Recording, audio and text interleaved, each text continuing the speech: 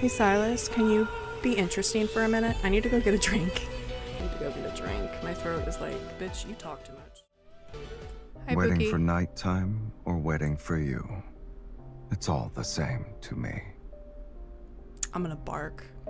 Anyways, Silas, you just sit there and look pretty. All right, you sit there and look pretty. I'll be right back. He's so pretty, my God.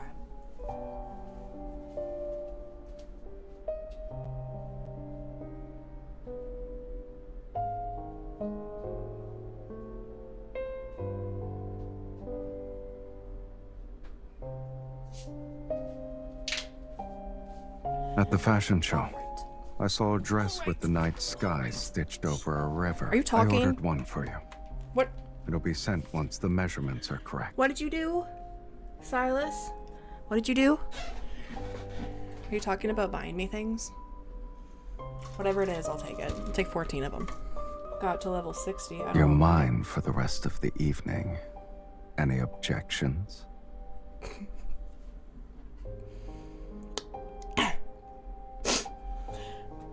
No. I finally got to level 60 with this man. It took me so fucking long. I don't know. How are you feeling? You can tell me anything. I don't think I should do that. Look, I can do this now. What happened?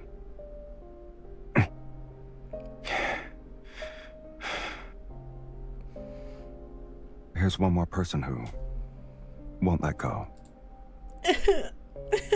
Anyways, all right, it's time. We're going to play through all of this. Also, I would like to say right here, right now, if there's a fight in this and I suck, don't say anything.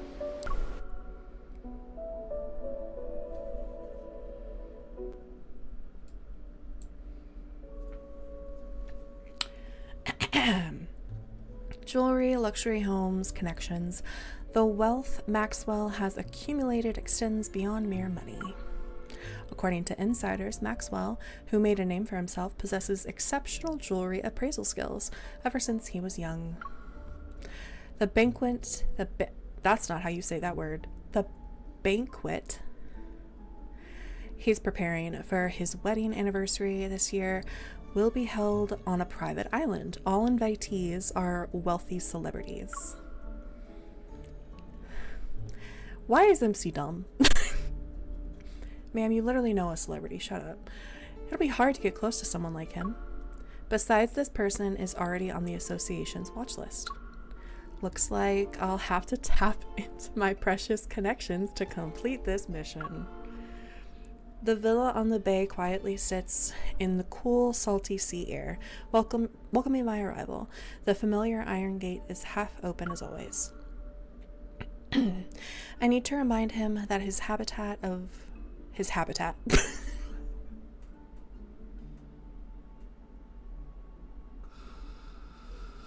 If this is Raphael, then yes, his habitat.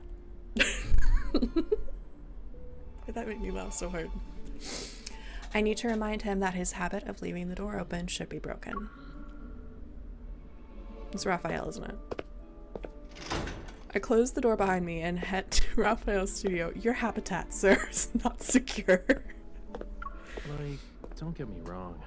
It looks so much better. But your position still isn't visually appealing. Who's not appealing? I'll fight you. There are other people here? That's rare. Not just sitting here be like, he doesn't have friends. What do you mean? I'm gonna be so mean to him this entire time. I'm sorry. The wind blows open another door before I can reach it, and the sound of waves resounding inside the house rushes to greet me. In front of the large floor-to-ceiling window, an unusual figure swings their arms as they're bathed in sunlight. Raphael? He's pouting. Of course he is. Hello. Raphael, dressed in formal clothes, turns around. A smile appears on his face as he places his right hand on his chest. He bows. Welcome, my esteemed guest. Please, take a seat.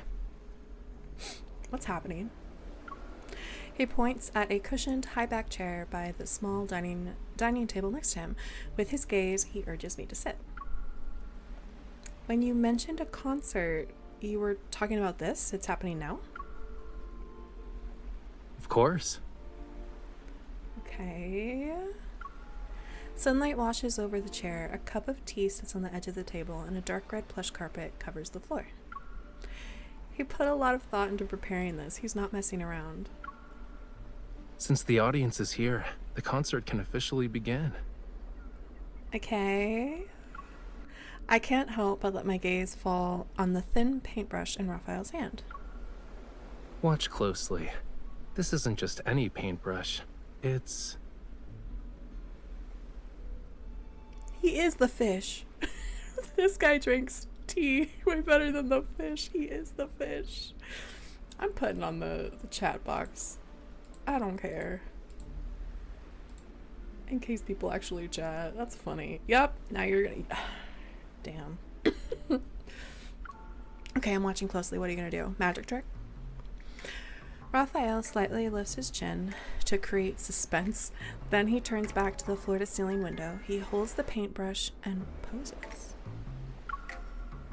If I'm not mistaken, that's the pose a conductor does. Is everyone ready? Who are you talking to? Are there other people here? I don't think there are other people here. I look around the room again. I'm the only one here. He's gonna do some magical fish things. Even if we count the beach, only a few seagulls are perched nearby. They're preening their feathers. Cookies. What?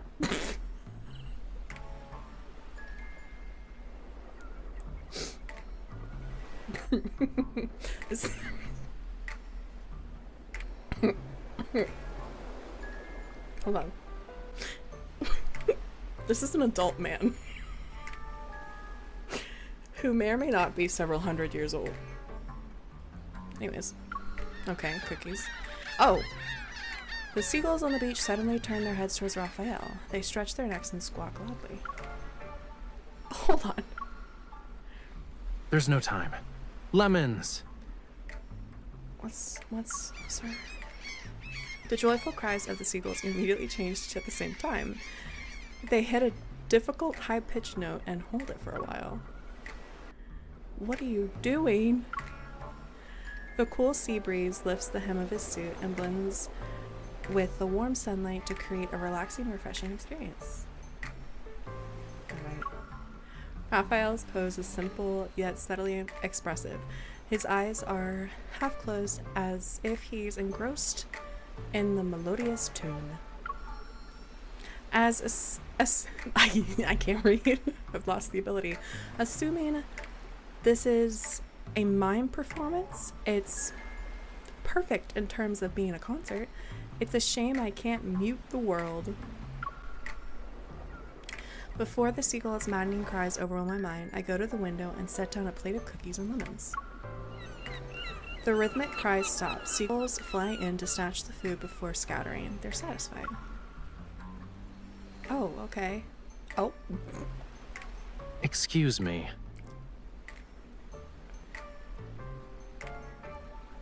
Oh Lord, he pouting. Oh Lord, he pouting. Raphael watches the seagulls disband. He reluctantly puts down his paintbrush. Not only did you interrupt the conductor, but you also fed the orchestra during a concert.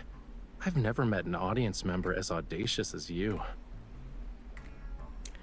Weren't these supposed to bribe the seagulls so they stay quiet?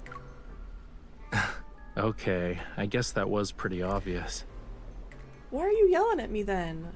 Sir, tell me to bring my noise-canceling headphones next time. Raphael points to the earbuds, headphones, and pillow on the sofa. I think it's pretty clear how I've spent these past few days. Oh, miserable? Is that it? These seagulls are so noisy that I can't get anything done, you know. If I don't find a way to discipline them soon, I'll have to resort to drastic measures. Go buy a gun. Start shooting them. Is that it? That's what's gonna happen. Target practice. The seagulls finish the food on the plate and flap their wings. They fly towards the Azure Ocean. Well, a hasty curtain call is to be expected for a seagull performance.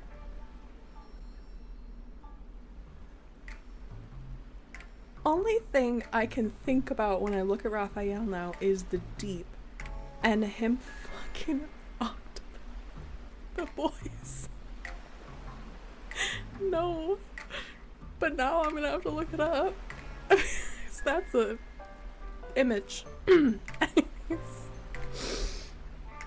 Oh, Lord.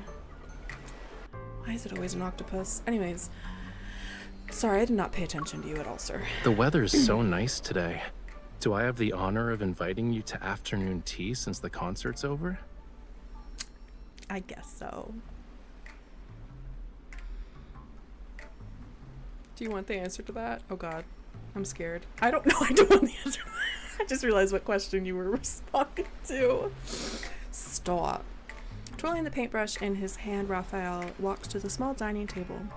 He lifts the tablecloth with the paintbrush's handle.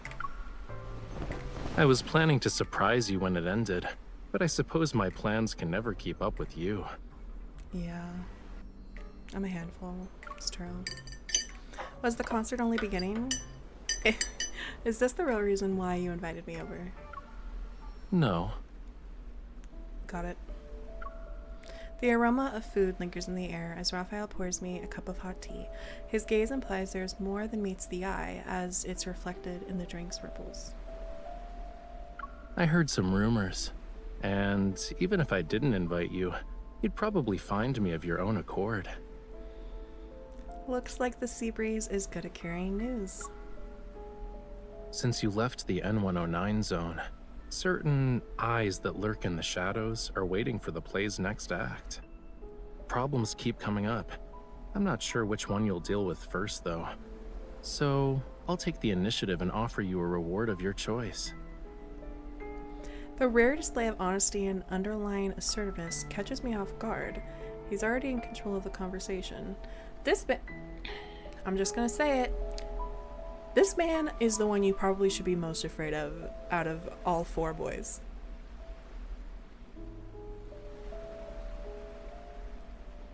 He plays this like aloof, like, I'm so silly, funny, tiki. This man's an assassin. He's assassinated people. He's also a master at lying and covering his tracks. I'm gonna continue. Just pretend it's not real. It's not real. What am I saying? Just pretend he's fine. It's alright. Whatever. I swallow my food. After contemplating my choices, I pick up my cup and extend it toward him with a question. Why don't you be even more honest? Is there something that needs my immediate attention? Not necessarily, but it is something only you can do. Me? Yes, only you. Okay. The corner of Raphael's mouth curls up as we clink glasses. His expression carries a hint of determination. I know this matter is anything but ordinary for him and me. Breaking the shackles of time requires patience. As they say, haste makes waste. Let's talk about your issue first, yeah? Why are you being suspicious? Don't be suspicious. Don't be suspicious. Don't be suspicious. Don't be suspicious. I got carried away with singing.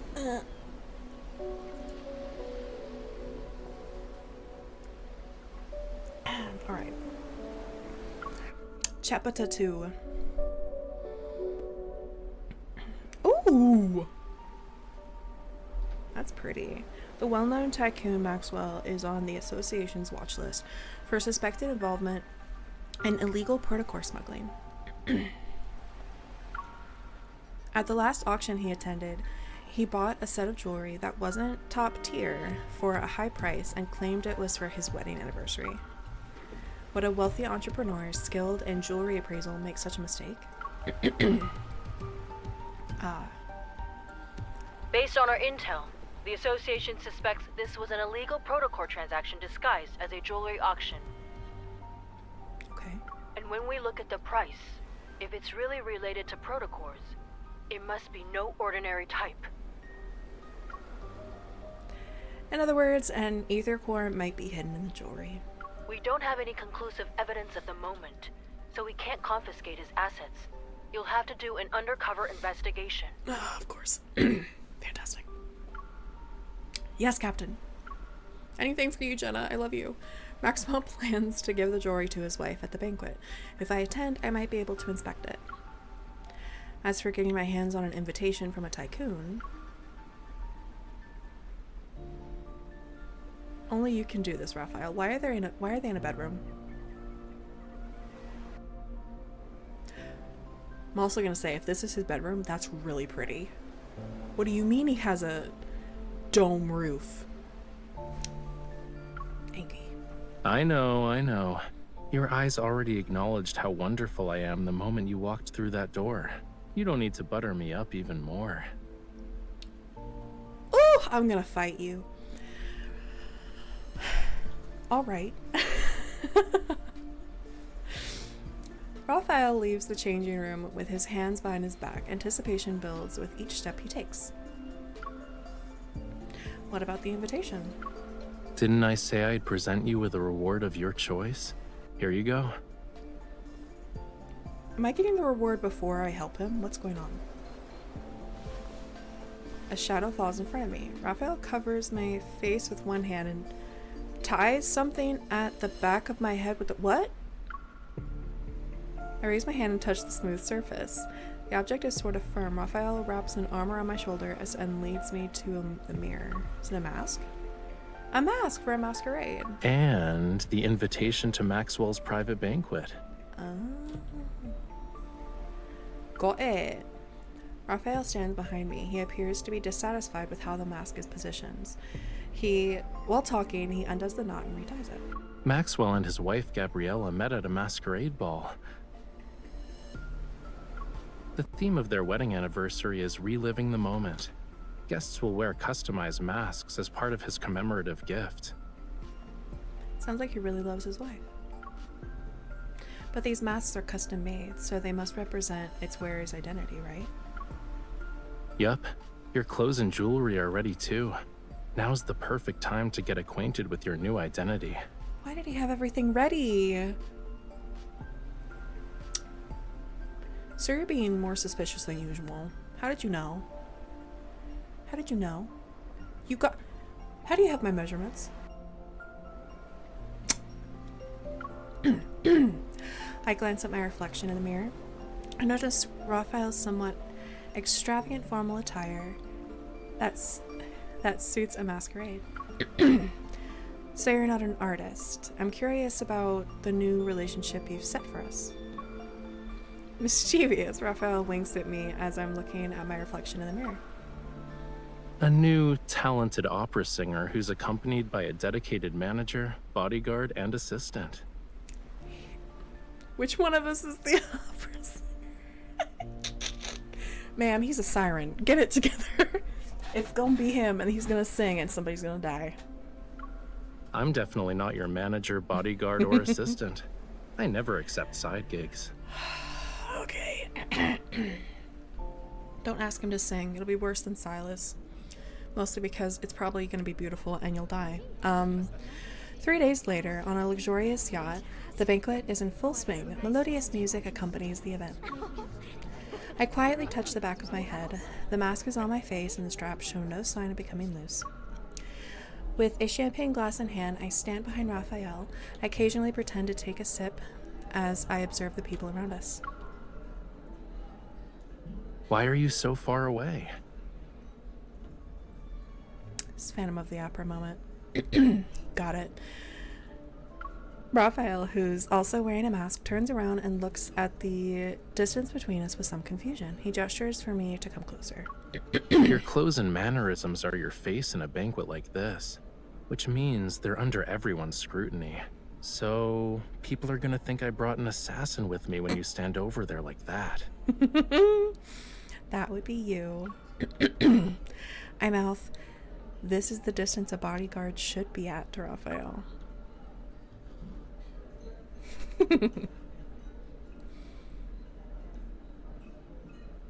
Oh. Says, nah, fuck that shit. Resigned, Raphael lowers his head and walks over to stand beside me. Then switch your role to manager so we can be near each other. Besides, when you first became my bodyguard, you weren't this meticulous about keeping your distance. It's true. Just as Raphael is about to say something, a man wearing a jester mask walks over to us. My intuition as bodyguard makes me step forward to protect Raphael, who's behind me. He's just here to talk. You don't need to be on high alert. I nod and step aside, standing next to Raphael. I watch as Raphael starts a conversation with him. Your bodyguard is competent. Thank you. Smiling, Raphael looks at me. Being modest would be a disservice to her. Having her around is the best thing that's happened to me. Oh, stop. Ever since he's boarded the yacht, Raphael's speech and enunciation have changed. His gestures are also more exaggerated than usual. It's like he's a real opera singer. Interesting. Maxwell made this mask and brooch for Yosef. He should be over 70 right now. But you sound like a young man. Huh? Here we go. I feel a little on edge, but my expression remains calm as I take the wine glass from Raphael's hand. Are you saying that 70-year-old Yosef should disregard his health and attend in person? Youngsters like yourself are very sharp-tongued.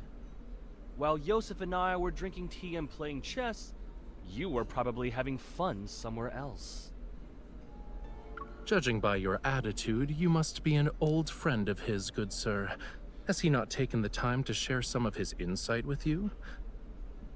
For example, how does a person avoid becoming an annoying old man? Watch your tongue. Did Maxwell actually allow someone like you to attend this banquet? Bitch, you better watch yourself. I'll fight you. Only I get to fight with him. Nobody else. Nobody else fights with him, just me. On the hold of the ship, the crisp sound of clinking glasses captures everyone's attention. A middle-aged man wearing a dark purple velvet suit stands up with a glass of wine. His smile is barely concealed under his mask. I'd like to thank everyone for attending this banquet. Tomorrow is my 40th wedding anniversary with Gabriella. The yacht will arrive at the island where the event will be held. Upon seeing the host, the jester reluctantly closes his mouth. He angrily glares at Raphael before walking away.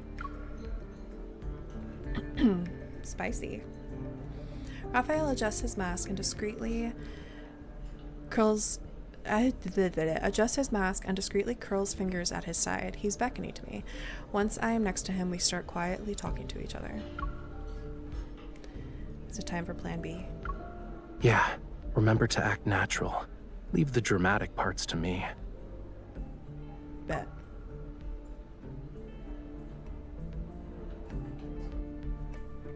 He is good at being dramatic.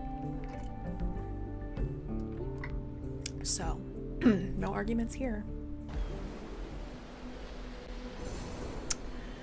Alright. When's it gonna start getting scary? When's Raphael gonna want to kill me? All of you have probably heard about my gift for Gabriella. Yes. Maxwell gestures to the cabin and everyone's gaze shifts. A tall bodyguard leaves the cabin while holding a jewelry box adorned with an intricate floral pattern. Exclamation point inside of parentheses. Following Maxwell's directions, the bodyguard places the jewelry box on a display that's been specifically crafted for it, its location at the front of the banquet hall. Bathed in meticulously placed lighting accompanied by perfect angles and color, the jewelry resembles a solidified, dark blue, tranquil ocean. This might be a good chance to get a closer look. You also must have heard about the people who claim my old eyes are failing me, and I can't tell what a real treasure is anymore. As Maxwell lightly jokes about himself, everyone joined in with good-natured laughter. When the official banquet begins, I will let everyone know that its true value is far beyond the money I spent. It must be the perfect piece of jewelry for Gabriella, since he spent so much money on it. I heard it compliments Gabriella's eyes. Maybe that's the reason. I hear the guest conversations around me. Recalling Maxwell's file, I shake my head. Raphael understands the meaning behind my gaze and follows me. Here we go. You can't wait to get closer to Maxwell. He's annoying. Valid. The jester follows us, and his unabashedly rude remarks catch Maxwell's attention. What's going on? As soon as Maxwell walks away from the display, the bodyguard carefully closes the jewelry box, picks it up, and leaves the way he came. Raphael and I exchange a glance and decide to stay still for now. This is good. Maxwell, would you kindly introduce this young man? Who's this young man wearing Yosef's family brooch? He's strutting around like he's some kind of VIP. Sir, please keep your distance from my employer. What are you talking about? People like you can't even dream of talking to me.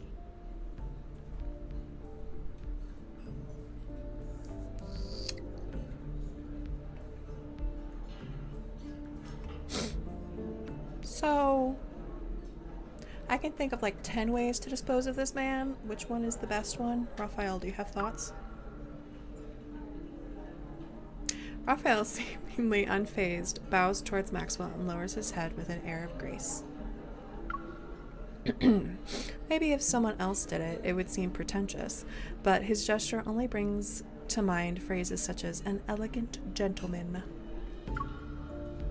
It's been a while, Maxwell. Allow me to greet you on behalf of my uncle.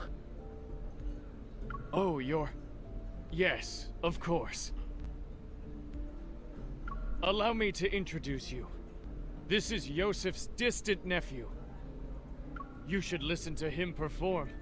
He's truly an opera star in the making. Really? Why haven't I heard about Yosef's opera-singing nephew? Why are you asking about that? Do you even know all his legitimate and illegitimate children? Have you met them? Or even held them, for that matter? It's almost like you know more about my family than I do. Ooh. Damn, rich people problems. The jester is taken aback. He's about to speak when Maxwell interrupts him with a cough. Indeed. Why must a person meddle in another family's affairs? You should work on that nasty temper of yours.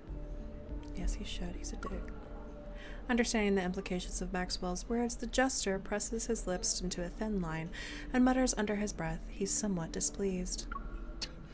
That explains why you're so arrogant. You're an illegitimate child. I'm about to beat this man up for no other reason than the disrespect. Ooh, he gonna get mad. Annoyed, Raphael puts on a stern expression. I position myself between him and the jester. All right, young man. There's no need to get so worked up. I just heard your bodyguard threatening an elder. That's not right. What? What? Pardon? Sorry, I can't do anything about that. My bodyguard, who's also my manager, has a bad temper, especially when it comes to people offending me. I can't just ask her to stop being so protective of me, can I? Real and true. Maxwell raises an eyebrow before understanding the situation. Ah, youth. If an old person really said, ah, youth, I'd... Honestly, that feels like something that would happen. Like, IRL. Kids these days. For my sake, why don't you all calm down? The night is still young. There's no need to waste it on trivial matters. Fine. Raphael scoffs, but he immediately quiets down after I pat his back, then nods at Maxwell. Now that the misunderstanding's been cleared up, I'd be happy to extend this courtesy to you. Ah, you... Let's head back and rest for a bit. Okay. Raphael offers his elbow to me. Once I place my hand on his arm, he escorts me out of the banquet hall like a performer leaving the stage.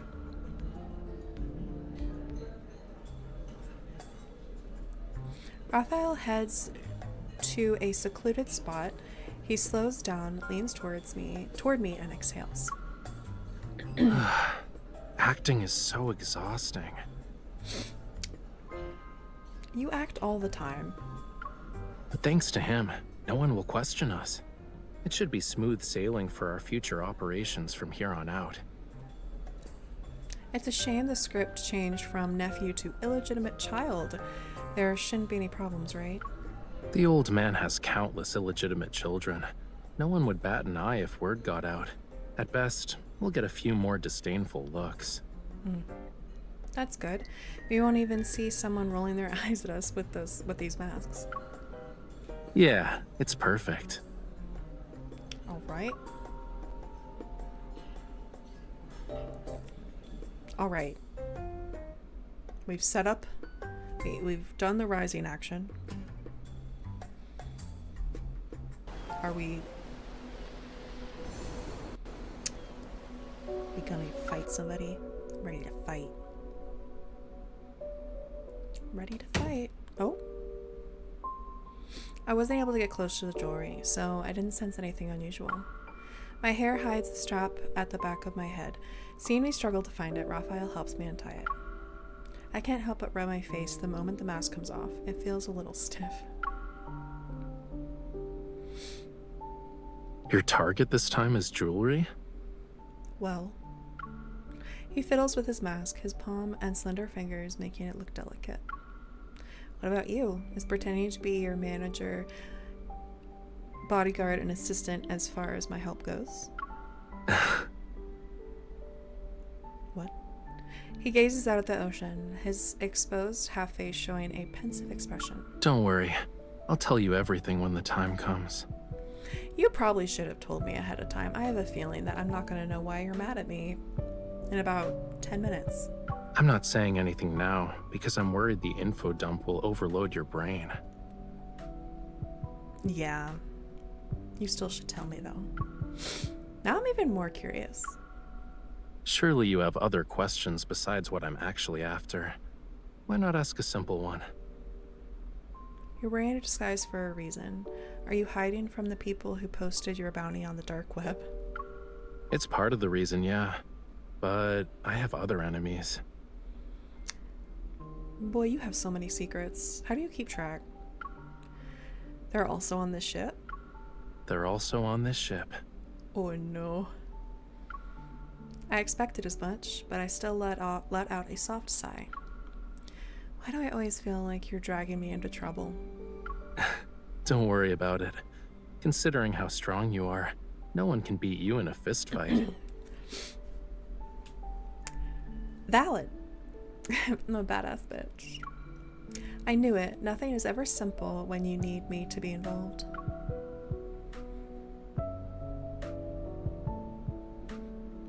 Raphael keeps smiling. He lifts my right hand and gently presses it to his cheek. It's a gesture of gentlemanly courtesy. I guess I should apologize, huh? But I have a feeling that's not what you want right now. What do I want right now, Raphael? Please tell me. His mask has more decorations than mine. Its rough, uneven texture creates an illusion of warmth as it's caressed. My fingers trace the edge of the mask and descend to his jawline. I almost touch his skin. Can you guess what I want? What is happening? A mission that won't let the night go to waste?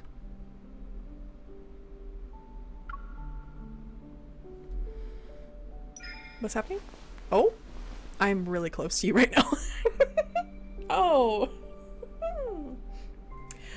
My hand lands on Raphael's wrist and I pull him towards me. Correct. I'll wait until the dead of night to pull off a grand heist. Want to be my partner in crime? The mask's frozen smile is brimming with the vitality Rafayel has infused into it. It almost comes to life as the wearer gazes at me. The sea at night is the perfect stage for a magnificent performance. I'm honored I get to share it with you. I'm scared. I don't think it's going to be an honor in a minute. Cruise ship, 3rd floor, 9:15 p.m. While the guards change shifts, the corridor is empty. It's the perfect time to start our mission. I already know the yacht's map by heart. I carefully push open the door and bring Rafayel with me. Take a left at 3594, go up the stairs, and then take another left before walking to 4136, go through the side door, and cross the terrace. That's how we'll reach the security room. Damn, she really did memorize everything. Are you sure we won't get caught by the patrolling guards? No. Of course, don't forget, I'm not doing this by myself. I adjust my earring, or rather a small communication device disguised as an earring. The guard schedule, patrol routes, and the vault passcode are all in it. Your association is truly a gathering of hidden talents. Valid. Just in her earring? Damn. What is this, Totally Spies? Fuck, I love that. That show is fucking... Okay. Hurry up, the passcode changes every 10 minutes. It'll be tough if we miss our chance.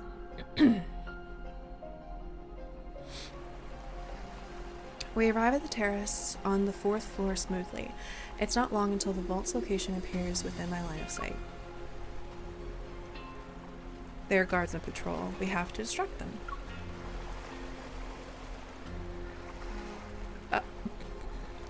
That's easy.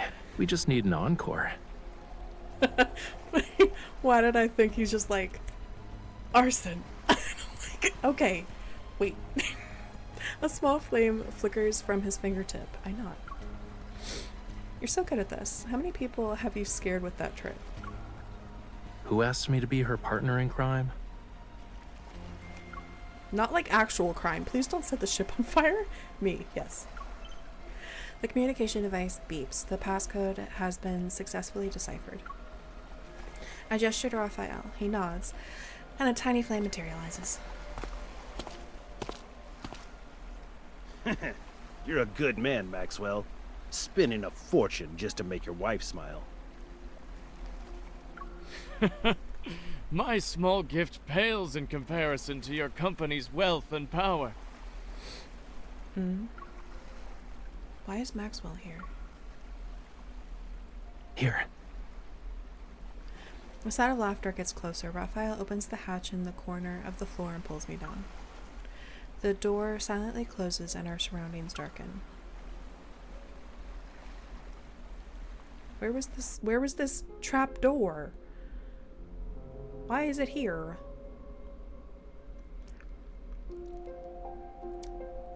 Suspicious is what it is.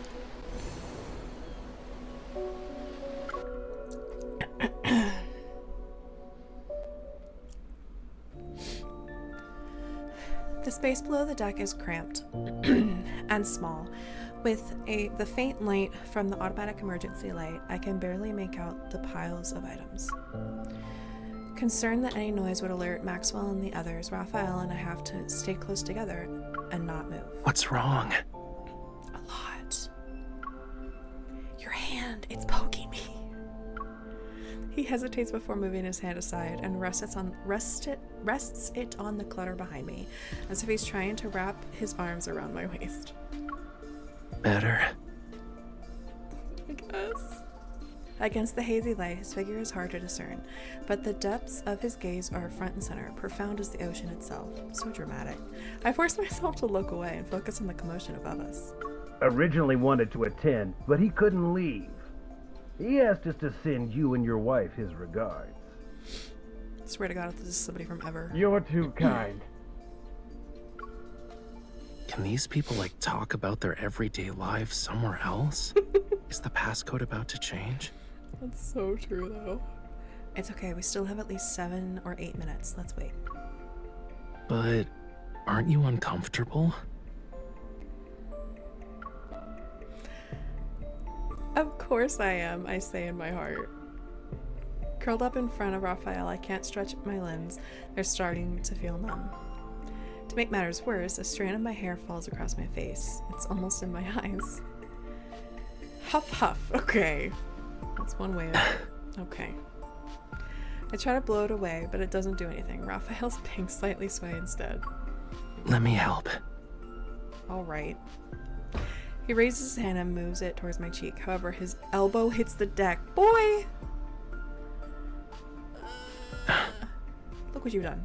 Luckily, the people on the deck are still chatting and laughing. They didn't hear us. I'm fine. I can deal with it. I try to suppress the strange feeling of the hair on my face, but the more I try to ignore it, the more I focus on it. Of course it is. After a few moments, tears well up in my eyes. My vision starts to blur. Bro, Don't I move. relate to that so heavy. Literally sitting here, like, itching my face right now. Do not blow on my face. Do not blow on my face.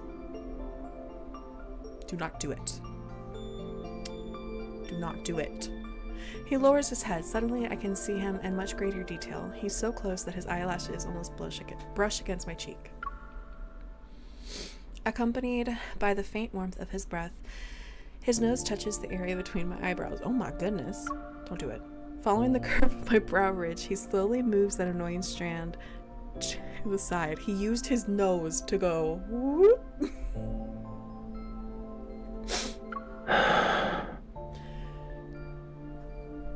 I really hope you brushed your teeth, sir, because you right up in my business. You close. Is it better? I force myself to nod calmly, trying to ignore the heat rising in my cheeks. I refocus on the conversation above us. And somehow, the span of a few minutes, their conversation has changed completely. Please think this over, Maxwell. As long as you're willing to give up Jewel Reef, feel free to name your price. This would be a great opportunity for you to collaborate with Ever again. Oh? Don't you think? I'm sure your wife would agree. Ever. A bit of doubt flashes through my mind when I hear that name. Judging by their conversation, this isn't the first time Maxwell has been involved with Ever. Is his protocore smuggling business related to them? I already told you.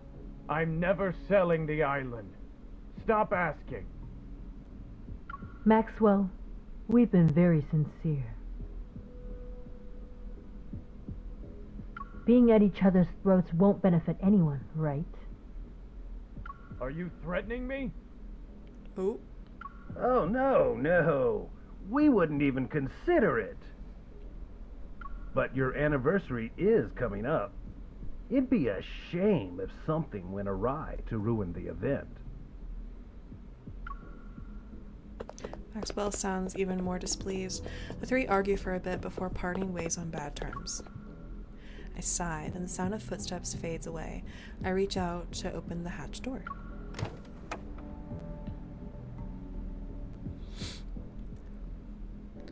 Are they gone? Yeah, you can come out now. We'll be able to make it if we hurry. Raphael leaps onto the deck first, then he turns back and pulls me up. Oh god, ow. Sneaking around on the yacht is more annoying than fighting a wanderer. Really? Your reflexes and skills are remarkable. You might want to consider working as a spy. She already does. Like, that's part of the job, it looks like. No thanks. That means always being in a life or death situation. I just want to focus on staying alive.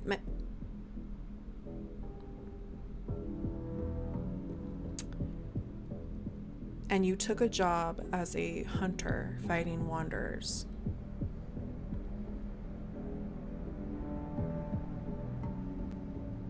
What? After closing the door, I'm about to stand up when I notice a figure in the distance. It's Maxwell again? What? I yank Raphael down. He stumbles and ends up crouching. Sorry, my bad. Who's there? Ooh. Raphael pauses. He quickly realizes what's happening. Reacting faster than me, he cups my cheek. Why are you crying? Are you feeling unwell? Or did I do something that made you upset? Great. I'm not crying. I frown, pretending to be angry and aggrieved as I look at him. The music. Stop. Yes. But look at your face, cutie pie. Your cheeks are puffed out like a hamster's. Okay. Didn't you say the grape mousse at the banquet was delicious? We can order another one later. Stop using food as a way to make me feel better. No, please do. You don't want to eat it? I do. I knew it. Stop. I hate it here. This performance successfully makes Maxwell stop in his tracks. He squints to scrutinize the two of us. Are you... What? Hello? Maxwell? Maxwell? Hello. Raphael turns his head upon seeing Maxwell. He appears surprised. He quickly helps me stand up. I wipe away my imaginary tears, lower my head, and pretend to awkwardly hide behind Raphael. Good evening. This is embarrassing to say the least. I hate it here. Did you have a fight with your girlfriend? It's just one of those lovers' quarrels, you know. It's not a big deal. I thought we could take a breather. Damn. I see. Take a breather from the fight? Yeah, you're kind of right. He sounds like he doesn't believe us. I can't help but feel nervous. Just then, a guard on patrol quickly approaches us. Puzzled, his gaze flits between us and Maxwell. Mr. Maxwell, is everything all right? It better be. You're just in time. I have to tell you something. Tighten the security in the vault tonight, and bring in a few more men to protect it. You must keep a close eye on the jewelry, and the deed to Jewel Reef. Understood. This is bad. Our plan to sneak into the vault is ruined. I quietly tug at Raphael's sleeve, signaling that we should leave first. Well, we'll be on our way. I hope you have a good rest of your night. Wait. What? Is there anything else? Raphael pauses. In the blink of an eye, he smiles and turns to Maxwell, who walks up to us. Stay away from the 4th floor if you want to get your mind off things. What? Is he warning us? As I quickly run through 100 possibilities, Maxwell raises his hand and points upward. Go to the bar or cafe on the 5th floor. There aren't a lot of people, and the atmosphere is better. Okay. Why are you being sus? This is a trap. This is a trap.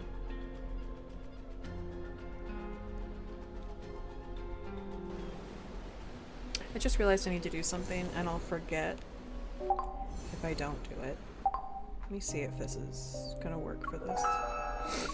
Un momento. Please give me a moment. Just making sure my character's oh my god, what is he wearing? Stop. What are you wearing, Silas? I am glad I got this outfit. She's so cute. Help. Okay. Styling. Okay. Accessory. Let's get these ears. Go.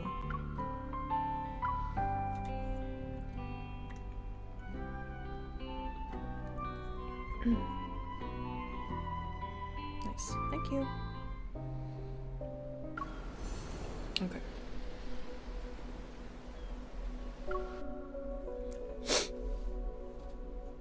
Perfect. Hello. We would have already gotten the jewelry if it weren't for those 2 island buyers. Missing the opportunity that appeared before us, we returned to our room, and even though I'm upset, I have a new suspicion. There must be something ever once on that island, otherwise they wouldn't be so focused on it. Who knows? Maybe they have too much money to spend. Rafayel removes his mask and sets it aside. He rubs his wrist. Before I injured my shoulder, now it's my wrist. It seems like my hands have to get tortured somehow whenever we're together. Why are you so Why are you so delicate? Of course I am. Oh, fuck. Look. I missed it. Oops. You good? I hold up his wrist. Several minutes pass before I find a faint mark from a fingernail. Several minutes pass.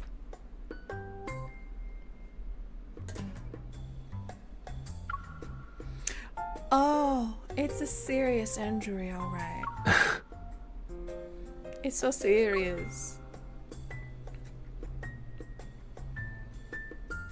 Rafayel unbuttons his cuffs, loosens his collar, and sinks into the chair. He eases himself into a comfortable position. Are you still thinking about the jewelry thing? Maybe. Yeah, I won't be able to catch Maxwell if we can't get to it. Honestly, I think this guy isn't as suspicious as you make him out to be. He wears his heart on his sleeve, you know. He's wealthy and hopelessly in love. I doubt it. Since you decided to approach him, he must be more than just a rich, romantic fool. He's a simple-minded, generous, wealthy guy I want to work with at some point. Is there a problem? That excuse might fool others, but not me. I think Maxwell is far from innocent. Since this involves the association's secrets, I can't say much. I'm forced to beat around the bush. The protocore smuggling he's doing isn't a simple business venture. Is that so? Why would someone be looking for us at this time? Did we get noticed? I can't help but be on edge. Relax. You're practically wearing "I'm not innocent" on your face right now. Alright. Stop Even playing if they that up. have ill intentions, do you really think the 2 of us can't handle it? Well, now that you said that, you've jinxed it. You're right. Rafayel opens the door, but before I can see who it is, he turns around. He's holding a tray. Great moose. Aren't you hungry after working for a whole night? I'll take it, to be honest. He's feeding me, you know. The lighting on the small terrace outside the room is gentle. With the refreshing sea breeze, we have a nice dining spot. However, It's okay if you don't want to eat moose, but don't be a meanie to it. what? I realize the dessert is a mess because I poked it so many times. I'll eat it. I devour a spoonful of mousse, but it's not long before I'm thinking about the jewelry again. It'll probably be in his wife's hands once the ship docks tomorrow. At that point, approaching it will be almost impossible. Do I have to talk to his wife? I'm not good at lying. I see you're genuinely hungry. He scoops the grapes off his dessert and gives them to me. Of course, it's grapes. If you can't come up with anything, stop thinking about it for now. Where there's a will, there's a way. Maybe we'll get our chance once we reach the island. Shouldn't those 2 Ever people be a bigger problem than Maxwell? Not him being like, hey, pay attention to those people. I can't tell you why, but pay attention. Their obsession with buying the island is a little weird, but you can't blame them. If you compare Ever to Maxwell, then that protocore smuggling stuff isn't something to be concerned about. I'm a bit surprised, but I start thinking. Raphael's intelligence network is complex and full of secrets. If he's saying this, then he probably knows something. You do have a point. I'll keep an eye on them. Too bad I didn't get to see those 2. We should try and follow them in case. Okay, it's time to stop using your brain. I wish that I could. Rafayel waves his hand in front of me. His expression becomes stern. I told you that so your mind can take a break. It wasn't so you could throw yourself into another problem. But like a magician, he pulls out something to feed me. I bite down, and a candy's sweetness floods my body. He's like, eat it, and she doesn't even think. She's like, he could have drugged you. Right now, you're only allowed to think about one thing, which is replenishing your energy before going to bed. Fine. Suspicious. Maybe the sweetness makes me drowsy. Hearing the churning sea, I vaguely remember resting my head on a pillow and closing my eyes. Before I realize it, I'm slowly falling asleep. Oh my god, did he drug us? The sound of waves.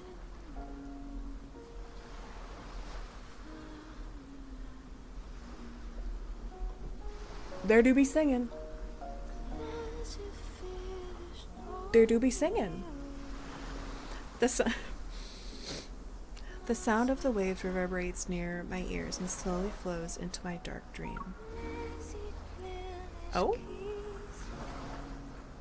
Faint moonlight spills over the pitch-black sea, carrying an ethereal chant from afar. I feel like I've been here before. As if sensing my arrival, the singing grows more peculiar and sad, as if it wants to convey something to me. An inexplicable sorrow stirs in my heart and mingles with nostalgia.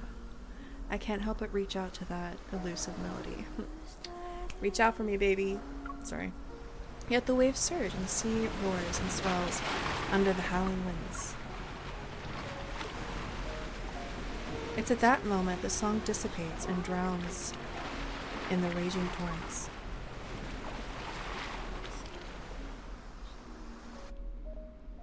Okay, are we gonna dream this whole thing?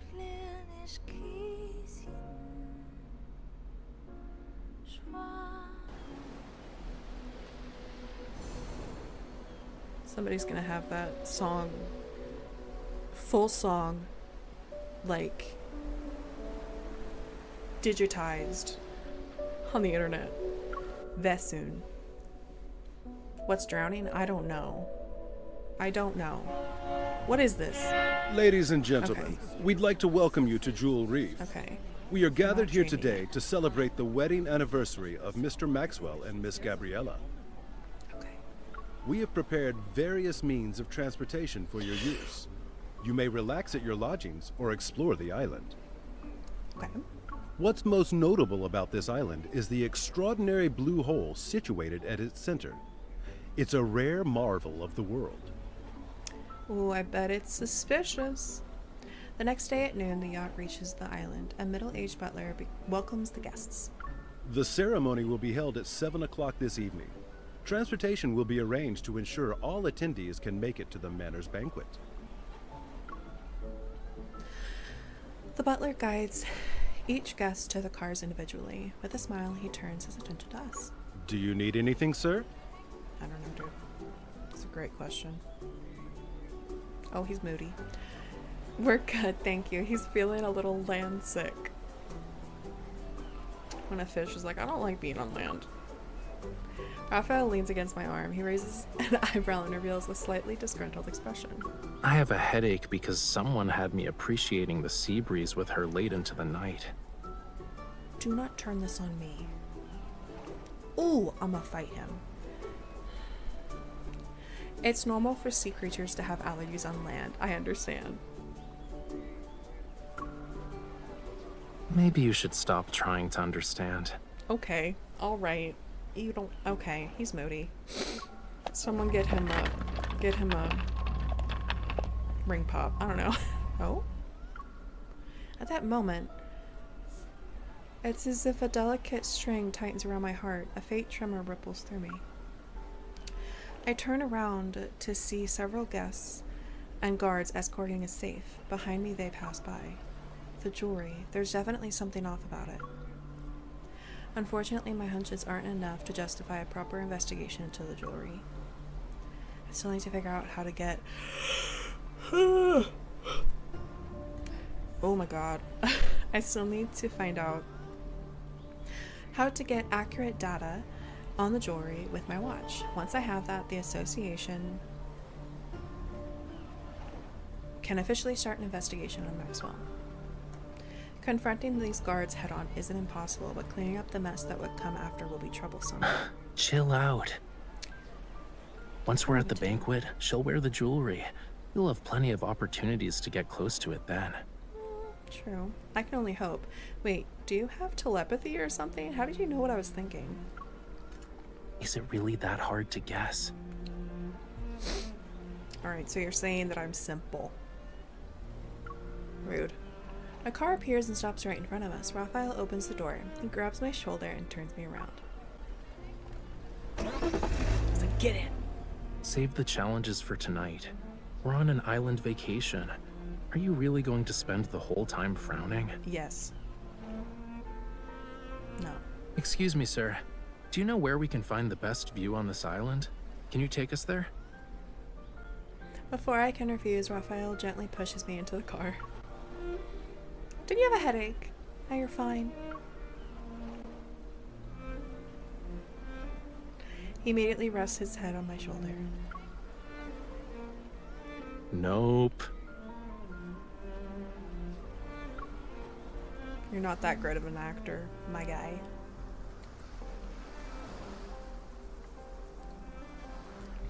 The driver proves himself to be very diligent and takes us to a tranquil place by the sea. Raphael and I walk on the grassland.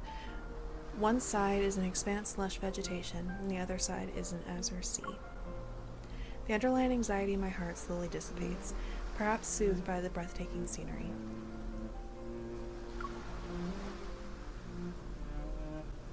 I heard about this rare blue hole before. We gotta check it out to make this trip worthwhile, don't you think? You say that, but you're not here just for the view. Wait, you say that, but you're not here just for the view, did you? That's not correct, but okay. Are you? You said you needed my help. However, you didn't do anything on the yacht. That means your real goal is related to the island. Not bad. You want to keep going and guess what I'm aiming for? The hole. I'm so sorry. I didn't think before I spoke. Damn it. I start to think, but there's only one thing that Raphael is particularly interested in. Then this place is related to Lemuria. They say time works its magic in everything. Who knows? Maybe this tiny island was once a small garden in Lemuria. Lemuria? I'm gonna say it wrong. People are gonna get mad. Thousands or millions of years ago. I can't say for sure if it was a Lemurian garden, but many, many years ago, this place was part of the ocean. He crouches down and separates a small cluster of grass to unveil the rugged, rocky surface below. Look, these are traces left behind by a coral reef. I crouch down next to him. I look closely, but can't make out anything. It's been eroded over the years, so it's not obvious anymore. Once upon a time, in an era beyond anyone's wildest imagination, this place wasn't covered with grass.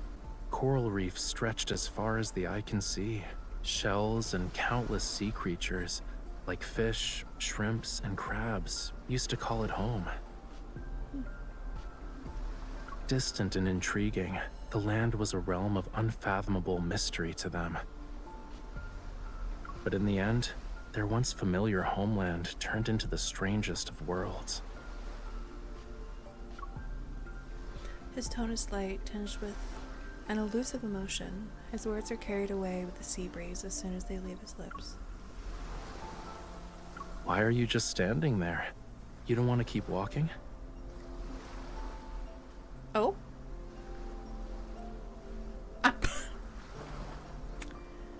Are you thinking about your homeland? I wanted to look at you. times like this, I wish I had a dice. Oh, wait. I do. It's a 1. Are you thinking about your homeland? Are you pouting? Stop it. If I say yes, will you do something to make me feel better? I don't know. What do you want? What do you want? Oh. I'm giving him a head pat.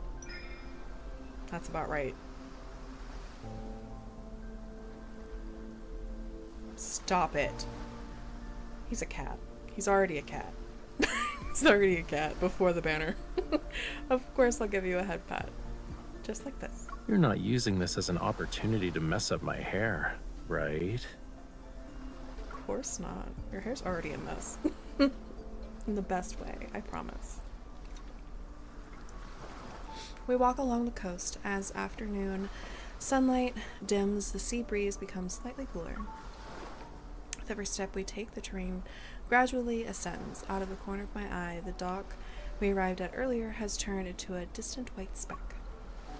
Looking down, I notice the rocky tidal flat where a small boat is beached on the shore. That's supposed to be a decoration? Judging by its structure, it looks like an antique from a few centuries back, but it's in good condition. The main sail and jib are intact, and the hull looks fine. Once it hits the water, it'll be gliding through the waves. This is not a good idea. At the very least, it's more reliable than the boat we took to Hat Island. We don't talk about that. Raphael clears his throat and looks away. He pretends to be nonchalant about it. Smiling, I meet his gaze. Speaking of which, don't you think we have quite a strong connection with boats and islands and all that? The last time we were on an island, we basically got shipwrecked and ran into some wanderers. Who knows what sort of surprises are waiting for us? Why do you say these things? You deserve I guess whatever's there's a coming lack your of way. faith, huh? Okay. It's only natural given our past experiences. Take this moment, for example. You said you'll show me the blue hole, but we've only seen flowers, plants, and rocks. Whoa, easy there, cutie. Look. Look. We've arrived. That was quick. I'm gonna eat some fruit snacks. It's a blue hole. Different from the coastline earlier, a deep blue sea appears before me. A massive blue hole is nestled beneath the circular cliff, where the sea seems to have ceased flowing, transforming into a mesmerizing blue gem. I got it. I need to eat something because my forehead is pounding. Okay. Peering down from the edge, I feel like I'm looking straight at the deep sea's soulful eye. Watch where you're going. Don't let it lure you in. Oh. Did I almost jump off a cliff? Rafayel grabs my arm and pulls me back. Well, Maxwell picked a decent venue. This is actually the best spot to view the blue hole. I look into the distance and spot a cluster of mansion-like buildings on the lower island across from us. A few figures can be seen. Waiters are preparing for the banquet.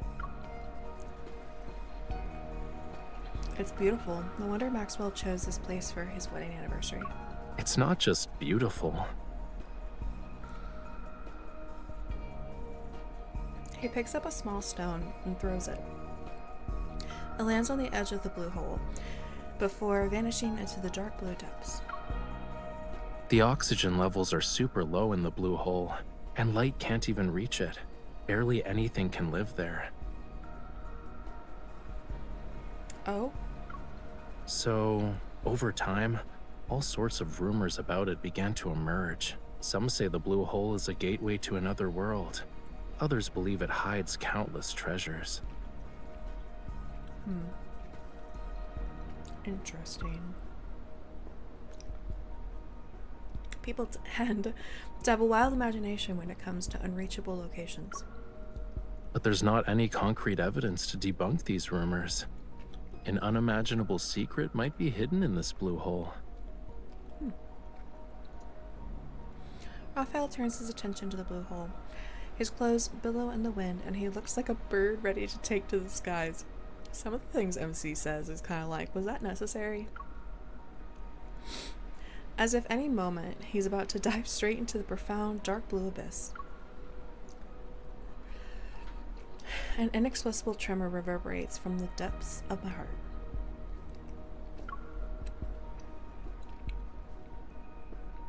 Yet I'm not sure if Raphael's words or a distant call from under the sea caused it. Sus. Very sus, ma'am.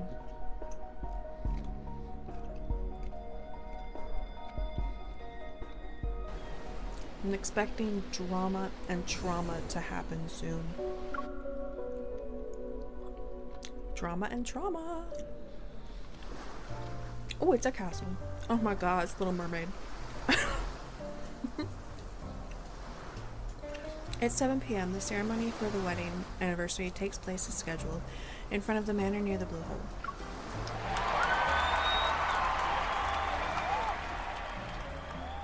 Amidst the guests' applause and cheers, Maxwell presents the jewelry to his beloved wife, Gabriella. Wearing a mask, I hide with Raphael in the crowd, listening to Maxwell passionately recounting how he first met his wife. The gemstones used in the jewelry are from the place where they fell in love with each other. Talk about being hopelessly lovey-dovey. It's cute. There were many rumors about why Maxwell bought it. Turns out he had a romantic reason. But it's also disappointing in a way. However, this is only part of my gift. Uh-oh. Gabriella, what I truly want to give you is this island. Oh. As soon as Maxwell finishes speaking, fireworks explode in the night sky and cast a beautiful glow upon our surroundings. Under this radiance, the blue hole is as it emanates.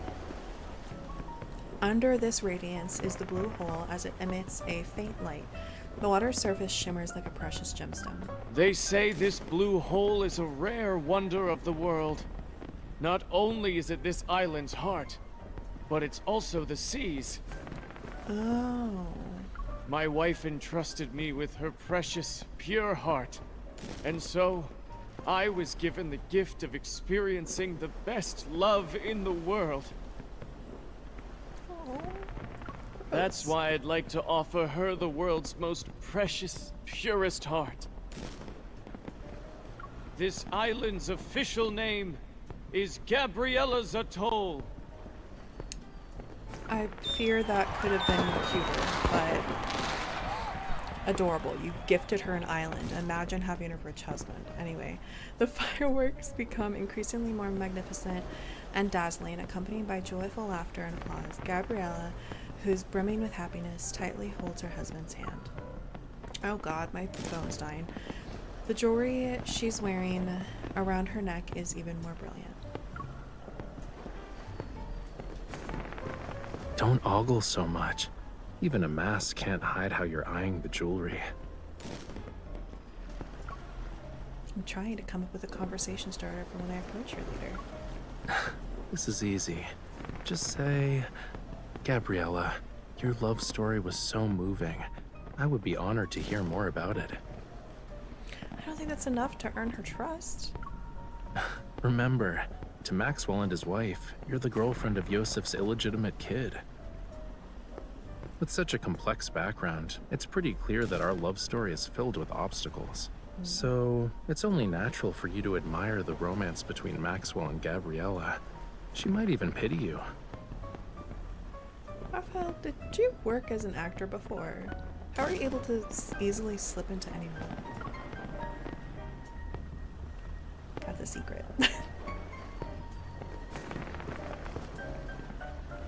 Raphael adjusts my mask that's slightly askew. He softly chuckles. Go. If you don't move now, someone else will snatch this opportunity. He didn't answer my question. I take a deep breath, clutch the hem of my dress, and walk to the center of the crowd where Gabriella is.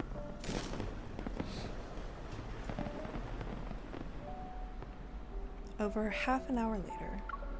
How was it? There weren't any energy fluctuations. Away from the lively manor, a large, serene plain rests on the slope near the blue hole. Disappointed, I sit down on the grass. My gaze is fixed on the almost still seawater within the blue hole. My sigh soars into the air, releasing me from the weight of my emotions. Big sigh. Even when I sensed it in every way possible. Even when I sensed it in every way possible and scanned it with my watch, the jewelry showed no abnormalities. Never mind. Captain Jenna said that finding ether cores would be a long-term struggle. It can't progress as smoothly as I hoped. I'll treat this as an island vacation. I haven't even started comforting you, and you're already coming to terms with it? It's called growth, Raphael. How are we going to do that? I'm willing to listen to your plan. Raphael props his chin in his hand. It appears as if he's lost in thought for a moment. I haven't made up my mind yet, you know. But maybe this will cheer you up? Is it food? He takes out something from inside his coat. It's a small bundle of sparklers. Ooh, even better. Take one. Things that shine. Okay. Food and sparkles. That's how you get my attention. His fingertip glows before my eyes. Small fireworks blossom from it. I can't help but laugh. Raphael, I discovered one of your new skills. You always manage to pull out something unexpected from your coat. How many surprises are you hiding? Not a lot. These are all I have. Why did he bring them? I have questions. He ignites the remaining sparklers and passes them to me. In my hand, they magically transform into a dazzling bouquet. Seemingly attuned to the mood, the sea breeze subsides and allows the sparklers to glow until they flicker out. Then it rises with the tide.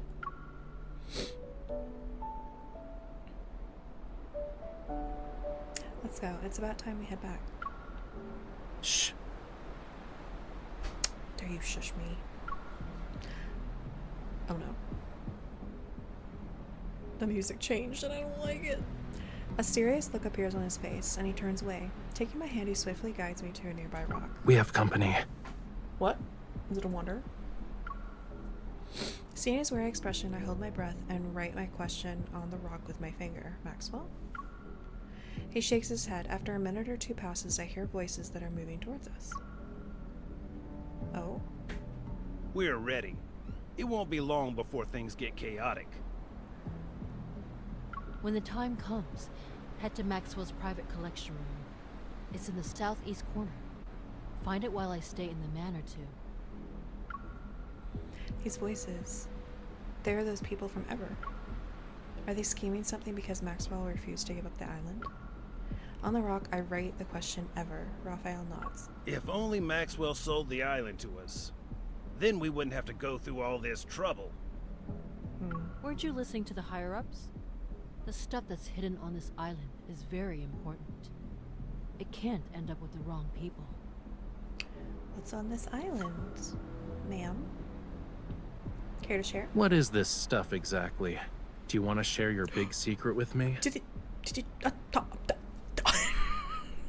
hold on, did he just like get up from beside me and rush over and I'm just like, hello?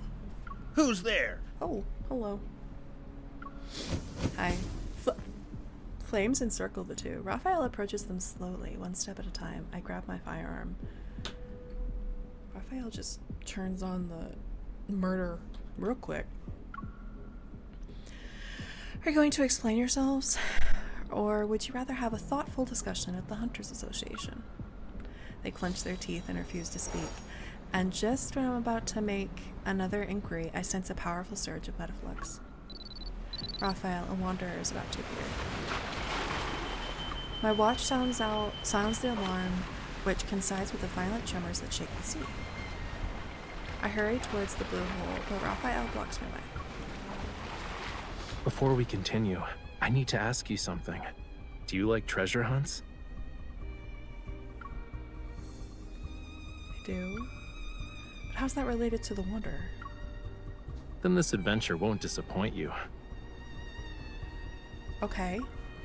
Recalling the rumor he mentioned in the afternoon about the treasure in the blue hole, unease washes over me. You're going to look for that treasure. The wind's getting stronger because of the high tide. It's the perfect time for a treasure hunt. There's a Wanderer. Let's go. Sir. What's going on? He holds me in his arms and rushes to the shore. Oh, the waves intensify and slowly engulf everything I see. Did he just rush us into the ocean? What? Meanwhile, Meanwhile, a terrifying behemoth reveals itself in the center of the blue hole.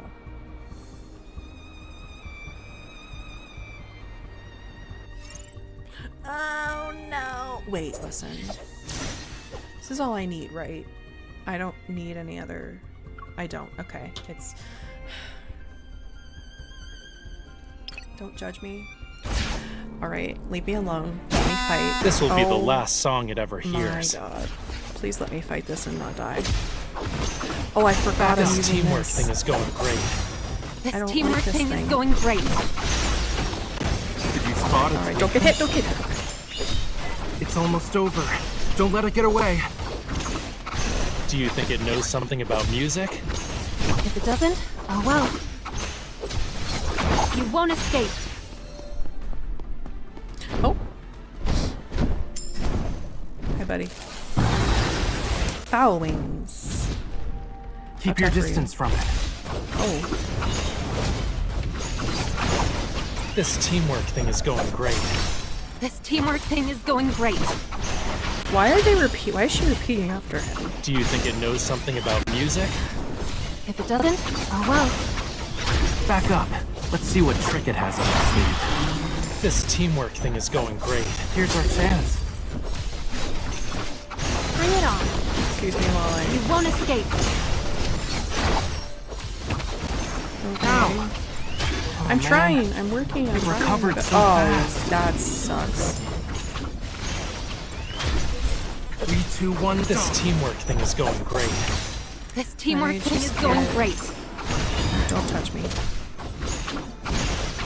Back up. Let's see what trick it has up its sleeve.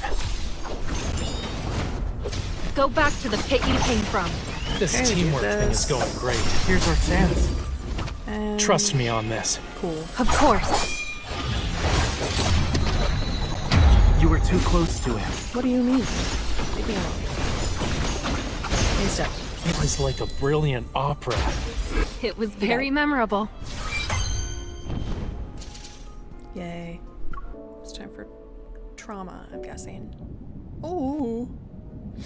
The protofield disappeared. In the depths of the dark blue sea, light sporadically flashes. Struggling to keep my eyes open, I can't find my way. I think we fell straight into the blue hole. I'll swim towards the light and see where it leads. Don't swim. Stop. Now turn your head.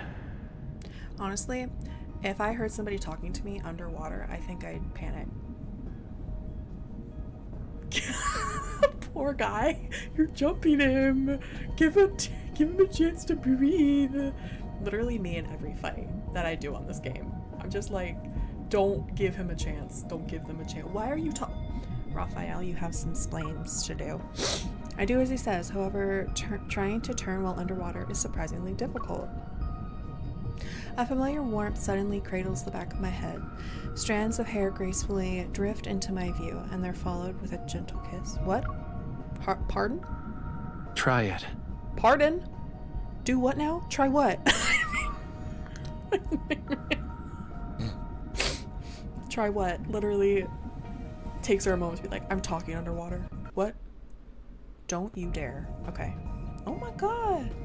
My ecstatic breathing is accompanied by the faint fragrance of fresh salt water. It permeates my entire being. I'm taken aback. This man kisses me and I can breathe underwater? Sign me up. Sign me up. I can breathe. I'm not even choking on water. like, I know. Do you also want to see if your tears can turn into pearls? Yes. Are you gonna make me cry? Probably. Raphael carefully runs his fingers along the area around my eyes.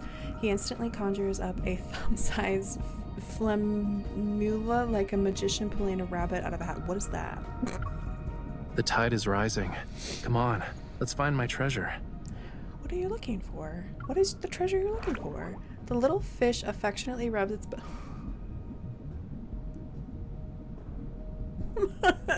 Stop.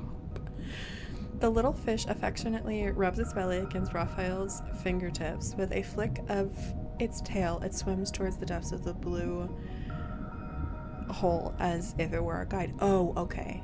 Wait. Did you conjure a fish? Did I read that right, or am I dumb? I don't know.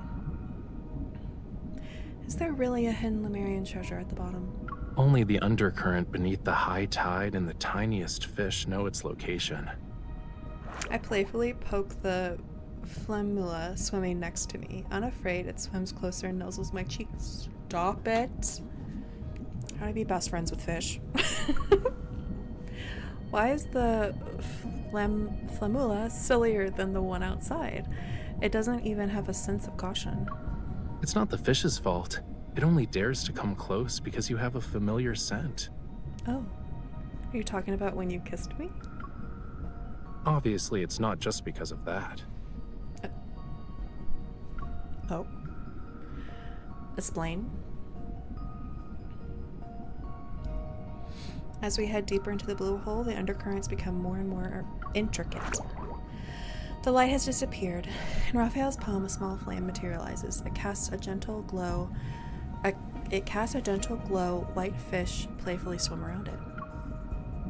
We're close to the entrance. Oh. A force surges through the water. My heartbeat quickens, and I soon find myself tightly gripping Raphael's hand. Are you scared? Probably. I am talking underwater, so like... Goodness. Of the darkness, with the help of Raphael's firelight, however, I can't find the source of that mysterious force. Good news, our target is probably in the same place. And the bad news? My diving knowledge is limited. The deeper we go, the stronger the undercurrent gets. How deep do we need to be? After we follow the surging tide and pass through a crevice, we'll reach a hidden fjord. A crevasse! Sorry. The undercurrent in the crevice will be even more chaotic. Crevasse! Make sure to hold on to me tightly when the time comes. Okay. Suddenly, the undercurrent becomes stronger. It propels me forward wildly. Uh-oh.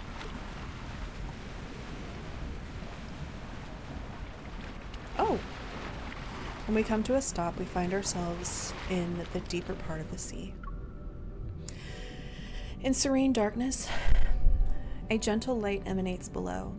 It grows brighter only to dim. It's reminiscent of an aging heart's unhurried rhythm. This is the island's cornerstone. It once bore the weight of Lemuria's past and future. We slowly descend to the source of the light. Eventually, soft yet firm ground touches my feet. The flammula approaches Raphael's flame. It vanishes at his feet, and the fire disappears. The faint light fades, only to flare up again.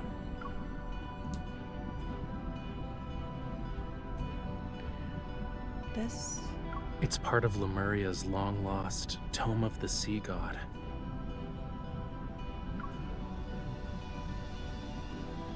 Uh-oh. Under a tender radiance, the crimson seaweed on the seabed comes to life. They resemble a field of fire. We stand on a massive, thick stone slab. The engravings on the surface are the light source. These glowing marks look like symbols. Legend has it that the tomb of the sea god... The tome? Sorry, tomb. I'm like, oh no. The tome of the sea god contains prophecies about Lemuria's future. But this part speaks of oblivion, not the future. Are you referring to how the world forgot about Lemuria's history? It's not just that. There's also power. Those who borrowed power from the sea but traded in the end. They mistook the sea's tolerance for submission and forgot about its cruelty. Nervous laughter, nervous laughter. Please don't hurt But I me. remember, and I will reclaim this forgotten power. Ooh. Looks like that's where I come in, huh? What do you need me to do?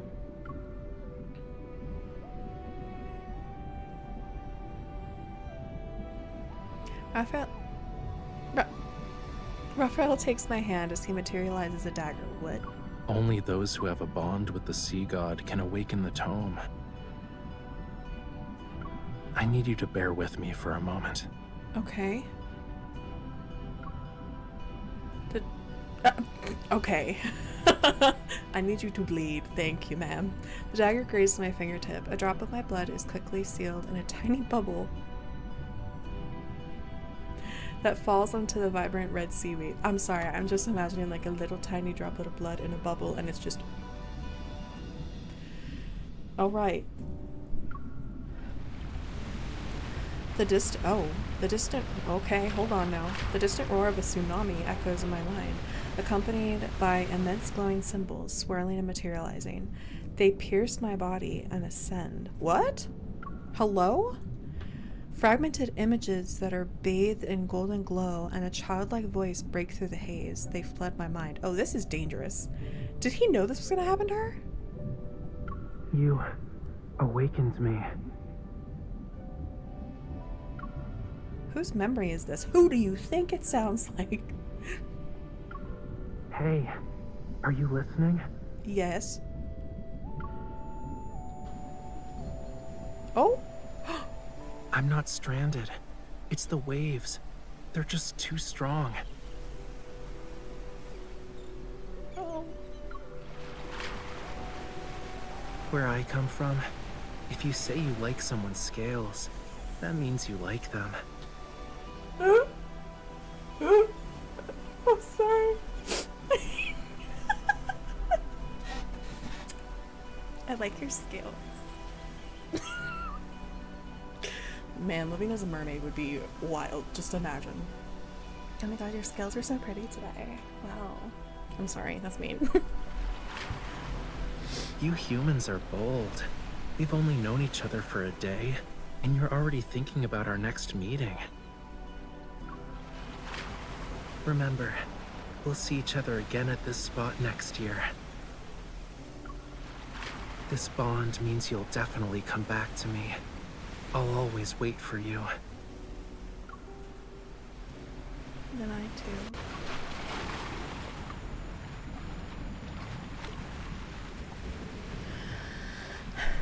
The waves sweep away these fragmented memories. A cold breeze tinged with the scent of seaweed caresses my face, and I struggle to open my eyes. Raphael? Golden symbols pulsate with immense power. They surge into Raphael's body. With his eyes shut tight and his face pale, he collapses into my arms. Raphael? Oh god. The flamula swims past me, its tail leaving behind a trail of bubbles. My gaze follows it to the crevasse found on the fjord's cliff.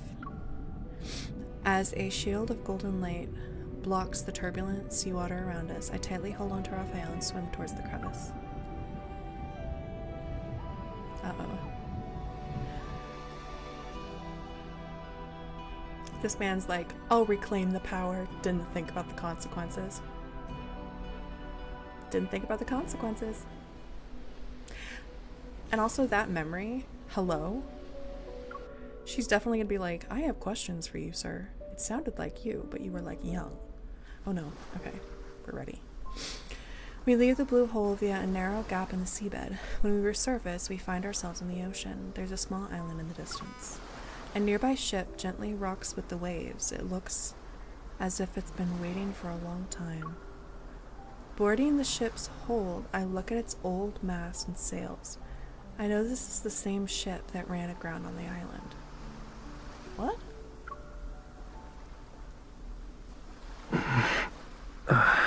You good, bruh? Imagine. Rafayel, are you okay? Yeah. Are you sure? After the tome of the sea got activated, what happened exactly? I remembered something, and when I returned to you, you were already... Rafayel leans against the deck and sits. His elbow bent. He props himself up. I said I'll give you an answer. Okay. Give me like a minute to... Oh. Should have given me the answer before, because now I sense, yup, I sense trouble.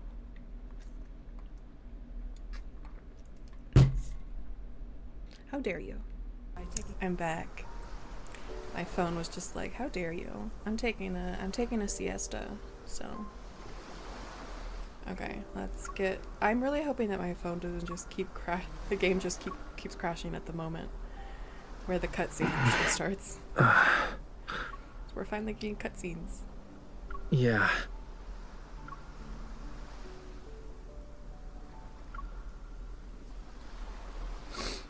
Okay, he's chilling, he needs a minute. I said I'll give you an answer.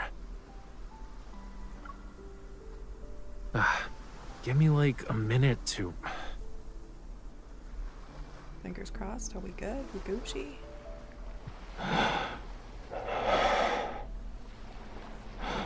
Are you okay? What's wrong? Did you get hurt? Show concern. No. No? Oh. Check. Boop. Scales.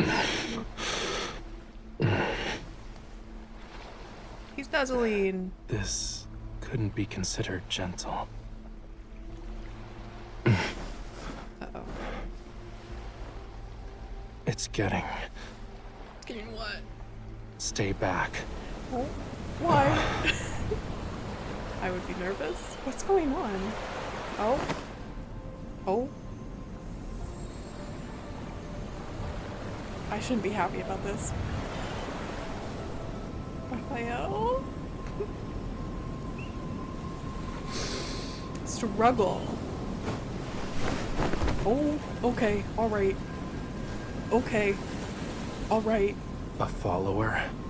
Or just a lowly sacrifice? Pardon? You don't recognize me anymore?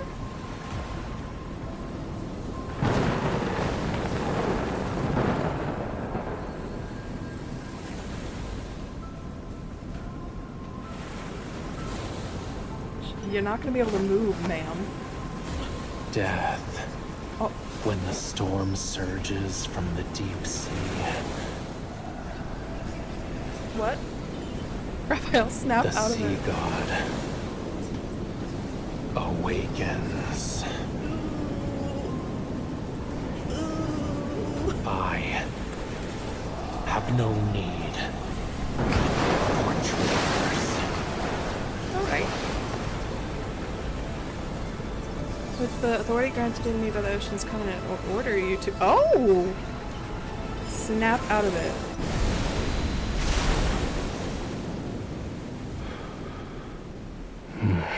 Wait, she has that power? That's crazy. Hello? Breathing all up in my ear. Is that it? You. Me? Hi. Oh. He collapsed it. Is he sniffing me? What? But...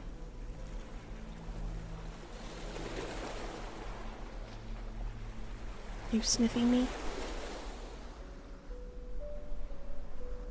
You good?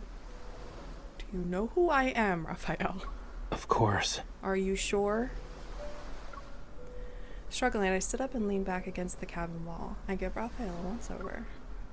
There aren't any scales or weird things. This is the Rafayel I know. Don't worry. I'm fine. Look. He held his hand out to me. The fragment in his palm emits a shining light that tugs at my heartstrings. An ether core for... What? I think it was embedded in the tome. I was drawn to its power. It seems like we both received a gift from the tome of the sea god. But there's always a price to pay for something like that. What? What?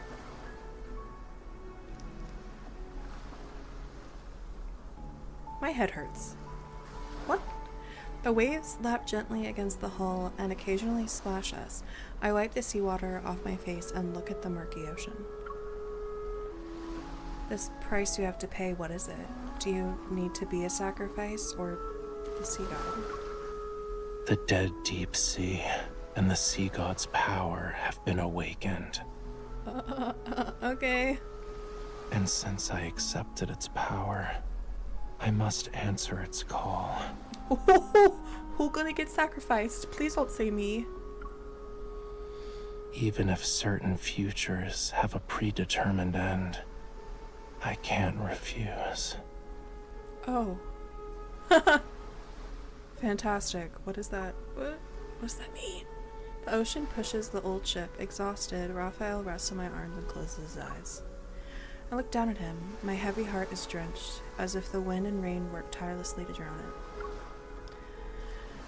Does that apply to your future as well? Okay. Don't breathe like that. Please. The sails rustle, and we're carried deeper into the darkness. The boundless ocean is extraordinarily quiet tonight.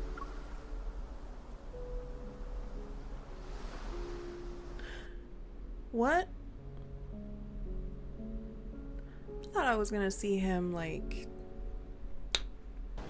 murder somebody. Okay. I'm confused. I am confusion. Do you need to kill somebody? Oh, are we home? After returning from Jewel Reef, I submit the unknown protocore fragment to the Association. While waiting for the analysis results, I receive an unexpected call from the Special Operations team about a new discovery. I sent a package? Yes, you're the sender, and the mailing address says Jewel Reef. Inside it was a small device that was soaked in seawater. The photo I get reveals a drenched palm-sized metal disc. After analyzing the trace elements in the seawater it contained, we saw that they were a perfect match with the ones found in Jewel Reef's blue hole. And upon further examination, we noticed there was a radio frequency chip capable of attuning to metaflux fluctuations. What? It can forcefully induce energy fluctuations. I have a feeling the incident from that day wasn't a coincidence. The technology behind this is highly intricate, and currently, only ever, the leading authority in protocore energy technology has managed to achieve it.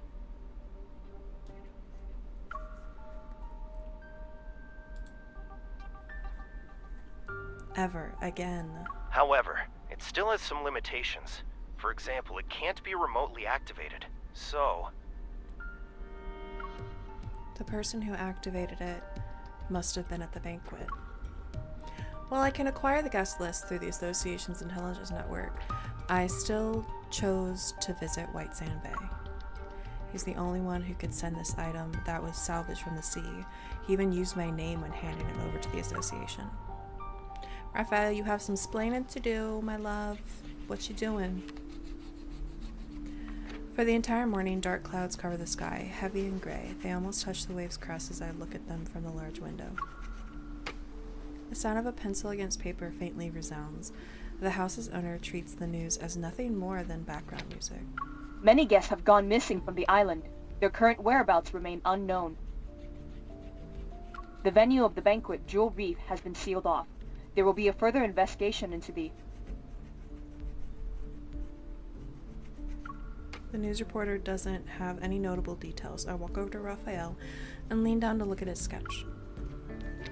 The intricate lines outline fish and clusters of coral. The shadow lurking in the cave's depths appear to be harboring secrets. I stare at the shadow. As if compelled by an unseen force, I murmur to myself. They're in the blue hole. Hello. It's possible. Oh. My words don't form a coherent sentence, yet Raphael understands and responds with a nonchalant chuckle. Getting lost in the allure of treasure they yearned for half their lives. It might be a sweet dream for them. You know who those missing people are? You also saw them. Meeting his gaze, I'm silent for a moment. They're from Ever. There's no doubt that they created the device to lure in wanderers, but I don't have a chance to question the motives of those people who were involved. Compared to those who willingly entered the blue hole, aren't you here for something more important? Of course, that package. Yeah, I figured as much. Maybe it can bring you closer to the truth you're seeking. As for the other thing, if you want to talk about that forgotten promise, you don't need to bring it up now. Wait, what? The weather's so bad today, and I'm not in the mood for a tragedy, you know. Why don't we talk about something cheerful instead? I'm gonna be so for real right now. I would strap this man down and make him tell me, because he's like, I don't feel like talking about sad things. Like, because the weather's bad, or because you don't want to tell me? You don't want to tell me. You best tell me. Damn, boy. Though the details of my encounter with Rafayel remain hazy, I managed to retrieve a few fragments, vague memories. During that year, I fell into... What? Hold on now. During that year, I fell into a deep sleep for 3 or 4 days due to a high fever. When I woke up, I lost a lot of memories, and my meeting with Rafayel happened to occur before I got sick. What? Rafayel sighs and puts down the paintbrush. You don't think I'm avoiding this topic because I'm trying to run away from it, right? Oh, I 100% do. 1000%. Yes. You want to say you forgot a lot of things from your childhood because of reasons, but you're worried it'll come off as you not wanting to take responsibility. Are you sure you don't have telepathy? Did you actually go to the beach to wait for me? Are you asking about the year after that, or every year after that? No, stop. I'll cry. You can test me. Observing my expression, Rafayel appears somewhat resigned. Then he suddenly pokes my forehead. You don't need to feel bad about it. I'm not dumb enough to actually wait for you every year, you know. Yes, you are. But I did think about how to settle the score with you. Pardon? I beg your finest pardon. Sir? Raphael stands up and gently pushes me into a chair. He places my hand on his chest in a half-joking, half-serious manner. The power within the Tome of the Sea God will protect everything that belongs to the sea. This includes our bond. If you can't let it go, why not just order me now not to hold a grudge over what happened back then? Well, that's an idea. Bruh, if it got to a point, I'd straight up considering ordering him to tell me everything. Like, what are you hiding? Because I can tell you're hiding things. Ooh. Looking into his eyes, I realize he's sincerely asking me to do it. It shouldn't be used like that. While I don't fully understand it yet, I'm pretty sure our bond shouldn't be used like that. You said that I would definitely come back to you. You'd always wait for me. Does our promise still mean something to you then? Oh, does he really think it doesn't? I'm poking you. Poke. According to the weather forecast, there will be a storm today. Everyone's been advised not to leave home unless it's absolutely necessary. But you came here. Ew. Because I know you're waiting for me. Bella breaks into a smile and takes my hand into his palm. The heavy downpour descends, carrying with it a majestic force that seeks to wash away all remnants of the past. The surging waves crash against the shore. Sea spray soars as if there's a fierce battle between the sky and the ocean. But in the end, rainwater and seawater will find their way back to each other. They will return to how they were before they parted ways. Is that it? Is that the end of the story? Yup, that was it. So, I have not heard, or I have not received the myths for Raphael. I still have a long way to go with learning lore, but some of the lore, like I know there's lore for what happened. It was good to not give you too much if you haven't gotten the myths yet. It doesn't like spoil anything, but it definitely gives you enough to be like, okay, this is where they are now. And it's interesting. It's like she's able to command him to like chill the fuck out. That's basically what she did. She's like, hey, chill. And she ordered the sea god to chill. It's actually pretty badass, I'm not gonna lie. She goes, stop it. Poop. Poop. Stop. That was Raphael's main story branch. So now I think we're just waiting on Xavier.